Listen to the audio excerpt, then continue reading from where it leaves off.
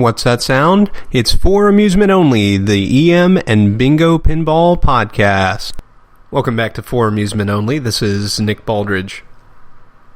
We got a call on the Bingos line.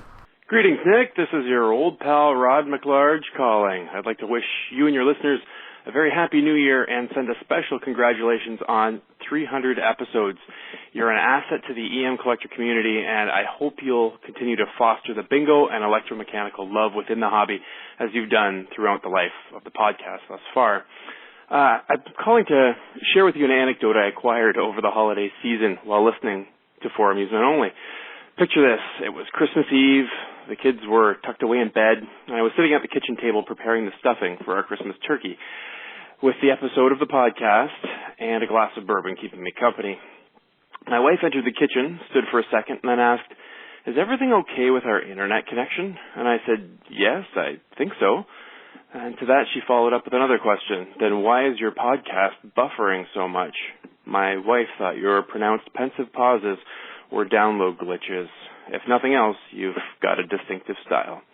I'll bid you farewell for now, Nick. Take care, and here's to 300 more episodes. That's pretty awesome. Thanks, Rod. I appreciate the well wishes and congratulations. I gratefully accept those.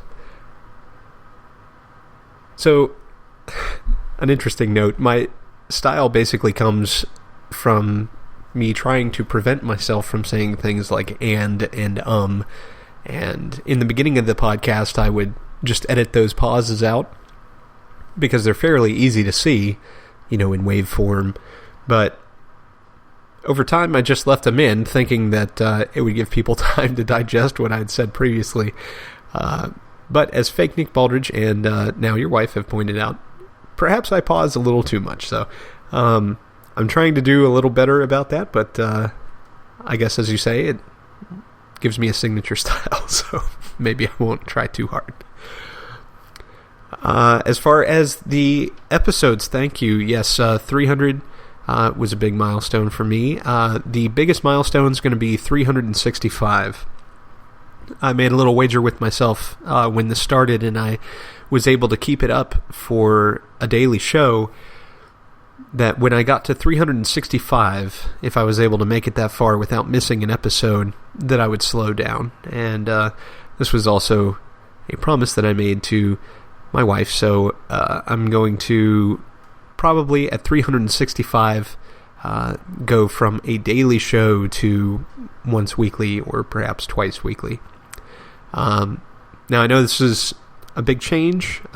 It probably won't change the length of my episodes any, but just a heads up that is coming. So you got a good solid 2 months with me here. But like today, for example, I've got a head cold, and in that instance, or some of the instances that I've recorded in the past 300 plus days, I probably shouldn't have, and this will give me an excuse to just sit back for a minute and enjoy life. So I've also got a couple of really exciting things planned once the show starts slowing down a little bit, and I'll of course be revealing details about that on the show, so be on the lookout for that. But for now, let us continue on with our discussion of Bally Bingos. There are so many Bally Bingos, and that's just Bally. So what's really exciting, especially with this podcast, people have asked me many times, how do you have so much to talk about? And the answer is, they made a billion different EM games. I've been focusing pretty solely on the bingos here recently, and that's just because I love them so much, and I have gotten to play and work on a wide variety here, even more since I started the podcast, and it's really fueled my interest in these games. So, my eventual plan is to swing back around to flipper games once I finish kind of going through game by game on the Bally Bingos. and then I will circle back and start talking about United bingos. Kind of the differences between the two. I've done a brief episode about that previously, but so that's some behind the scenes stuff, kind of what's going on in my head right now. Like I say, you got a good couple months here with me, and then you will be without me for a few days a week, at which time you'll be able to certainly listen to any of the 365 previous episodes if you feel the need for daily Nick. Now, what I've heard from a lot of listeners as well is, just the sheer amount of content that I'm putting out is too much. And many have told me that they're just not able to keep up. And of course, the thing about a podcast is you can listen to it at any time. So it doesn't matter if it's 3 months, a year, 2 years down the road when you finally download episode, 235 or whatever. It'll still be there. So that's kind of the power of the medium, and something that I enjoy about podcasts. So no one says you have to listen every day. Of course, it doesn't hurt because there are some time-sensitive announcements. But it is what it is. So let's continue today. What are we talking about? Yesterday we talked about Cypress Gardens. And for those of my listeners who are really plugged in to the Bally Bingo world, you'll know that I skipped over two. And the two that I skipped over were Sun Valley and Miss America. Now, I've talked about both of those games on previous episodes. Sun Valley was a very early episode, and Miss America was fairly recent, around, I believe, October of last year. But today, the next game after Cypress Gardens was Beach Time. Beach Time was made in 1957. This is our first game from that year. Beach Time has great 50s style details on the Backglass. But what makes a bingo a bingo? Well, bingo pinball is a 5-ball game. You pay a nickel, typically, to start your game. The first ball is lifted to the shooter lane. At that point, you have a decision point. Do you want to shoot the ball and play for default odds with no features? Or do you want to attempt to earn features and increase your odds so that you can win many multiple replays? Typically, you want to put in several other coins. These are multi-coin games, so it's not a situation where you just drop in a nickel and then play your game like typical flipper pinball from the time. You want to put in a lot of money to try to earn a lot of money. See, the thing about these games is when they were operated, they would pay out. You could go to the bartender and ask for money in exchange for the replays you had earned. These were gambling devices, yes, but what makes them amazing is the amount of engineering, ingenuity, and gameplay that is involved with every single title. So, Beach Time. Your goal is to get 3, 4, or 5 in a row. If you get 3 in a row, you get the minimum amount of replays, which start at 4 for 3 in a row and go all the way to 192. If you get 4 in a row, depending on your odds, it starts at 16 and goes all the way up to 480. And if you get 5 in a row, it goes from 75 all the way up to 600 replays, quite a bit. This game has triple deck scoring, which means that there are 3 different colors of lines that make up vertical, horizontal, and diagonal on the Backglass. And you have 3 different sets of odds that go from those numbers at minimum all the way up to maximum, as I just mentioned. So you have red, yellow, and green.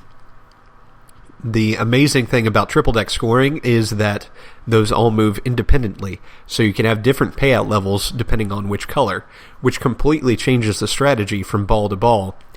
If, for example, you start shooting for green because you have your green odds way up, and then wind up with a set in the red, a set is 2 in the red, then you probably want to shift your strategy towards shooting for the red unless the odds are way, way down on the red. So, this game also has a feature that allows you to reposition the numbers on the backglass.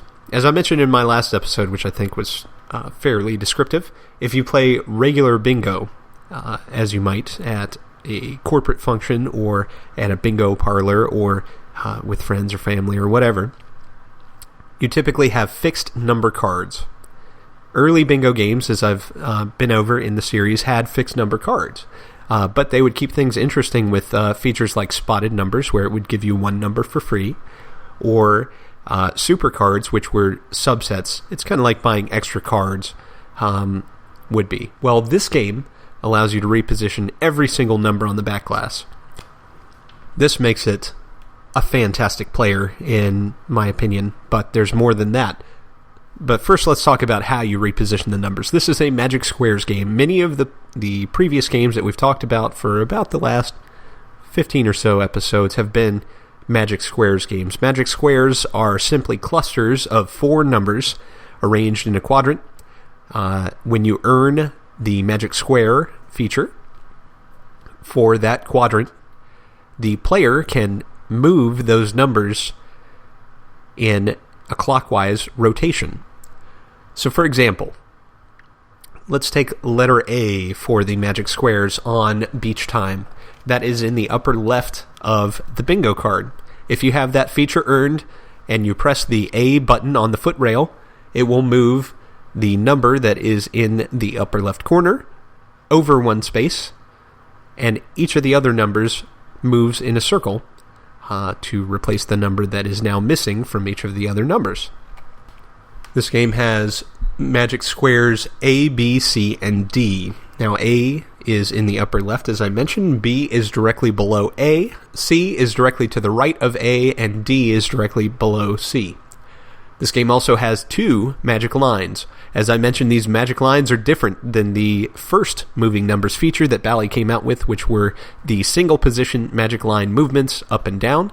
In this case, magic line E is a set of 4 numbers, and they move in a circle.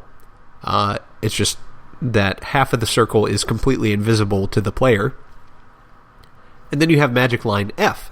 Magic line F is a vertical orientation that allows you to move every single number all the way around, and that is a chain-driven affair, if I recall correctly. So as you rotate F, the bottom number falls off and shows back up at the top. Now, this game has corner scoring. If you manage to put a ball in all 4 corners, then it will score the green 5 in a line odds. It also has an extended time tree. So typically, the disadvantage of the moving numbers features is that they're locked out from the player after shooting a certain ball. The game doesn't just give you free rein to move the numbers whenever you choose. That's part of what makes a bingo such a thinking person's game. You have to actually plan out what you're doing in order to succeed. It's also what makes them so near and dear to my heart, is just how much thinking you have to do, how much complexity there is in the mechanisms, and how much complexity there is in the gameplay. And I hope that comes across in the podcast. So, in this game, you have your typical before 4th. That is when most of the moving numbers features are locked out by default before shooting your 4th ball. You also have before 5th and after 5th. Those are randomly awarded or can be earned through the use of rollover buttons near the bottom of the playfield on the left and right. You have a yellow rollover, which will award before 5th, and a red rollover, which will award after 5th. Those are lit at random. It is not guaranteed that either will be lit just because you have the moving numbers feature and before 4th lit. Now, this game also has what they call a ballyhole. The ballyhole is number 16. When you land a ball in number 16 and the ballyhole is lit, it will award all of the moving numbers features automatically for the next game. That's right. The moving numbers features are not automatic. You don't just get them. You have to earn them through the use of coins. So, as I said when I started the show here, your first coin qualifies the game. It just starts it. Then from there, additional coins played will earn the features, increase your odds, or play for extra ball. Did I mention extra ball? Well, this game has up to 3 extra balls. Now, in order to earn an extra ball, you have to pay in coins, typically a lot of coins. And what the game will do is light first, and then extra, and when it lights ball, it will actually lift a ball to the shooter lane. It'll do the same for second and third. It is very unusual to put in a single coin and have it light first extra ball, all in one set of steps. Typically, you have to put in, maybe 10 coins, something in that range. And of course, it's totally random. Now, if that wasn't enough, this game also brings back the Stop and Shop feature from Cypress Gardens. And this is a feature which I really want to play. I think it is a phenomenal feature. You have Stop and Shop before 3rd, 4th, or 5th, and that is randomly awarded. Now, what this lets you do is, before shooting one of those balls, you can put in more money to try and increase your odds. I think that's a fantastic idea. If you're having a game where you get a really good set, say you get, the best set that you can possibly get, and you think everything is going to be great, it's usually a good idea to have your odds up high. Well, in every game that doesn't have Stop and Shop, you have no ability to increase your odds once the game is started. You're locked into what you got. Once the game is started for these, Cypress Gardens and Beach Time, you can plug in more money to try and increase your odds. Now, I don't know what effect that doing Stop and Shop has on the odds. In many cases, on a bingo, it will look at the state of the game, meaning where are the odds and where are the features. I don't know how much that is taken into account, and also the position of the timer, meaning how many balls have been shot, because it's quite conceivable that Bally put in some extra circuitry to make it harder to achieve step-ups in the odds by using that Stop and Shop feature. It's unlikely that they did, but it is possible. So, like I say, I really want to play one of these games with the Stop and Shop feature. I've never played Beach Time either. I think Beach Time is more fully featured because it has that magic line F that allows you to reposition every number on the Backglass, just like Sun Valley. And Sun Valley is one of my favorite games of all time, so I think this is a great game. So, let's talk about art. Beach Time, as you might imagine, we're on the beach again. In this case, we're in the same little alcove that we've seen a couple other times. There's a lighthouse in the background, a whole lot of blue sky, and you've got 4 blonde ladies all posing for the camera. In the background, you can see a couple walking through the shallow water, and then another lady who's just walking through the shallows. There are several boats, which are in the background, and then a big beach umbrella and a float in the foreground. The cabinet uses some of the same beachy style graphics that we've seen previously. I can't swear that this is not the same stencil as another beach-themed game. There are the same large beach umbrellas, all with a different pattern. A gold base for the sand, and then blue sky, white clouds, and white and gold waves. On the back box, you have gold, green, and red palm trees. Quite beautiful, as is typical. I just love the Bally cabinet stencils. I think they are gorgeous. The Playfield is a beach scene, as you might imagine. There are, I believe, 8 women hanging out on the beach. A couple are playing in the water with the beach ball. One is just walking in the shallows, and then 5 are actually hanging out on the beach. 4 of them are staring right at you as if to say, boy, you're pretty terrible at this game, aren't you? Person who's playing this game. And one is staring off into the distance. What's unusual about this particular beach scene is that you have pails and shovels and seashells. Normally, the beach-themed artwork doesn't include that level of detail, especially on the playfield. So I happen to really like this art package, and I think it's pretty cool. You also get a reprise of Weird Float from the Backglass down here. This one looks kind of like a horse, like a seahorse or something, stylized. And I think it's quite beautiful. You got the transistor radio lying on one of the beach towels that the woman is lying on, and I just think it is a great overall art package. Well, I'm going to cut this off before I cough anymore, and I will talk to you next time. Thank you very much for listening.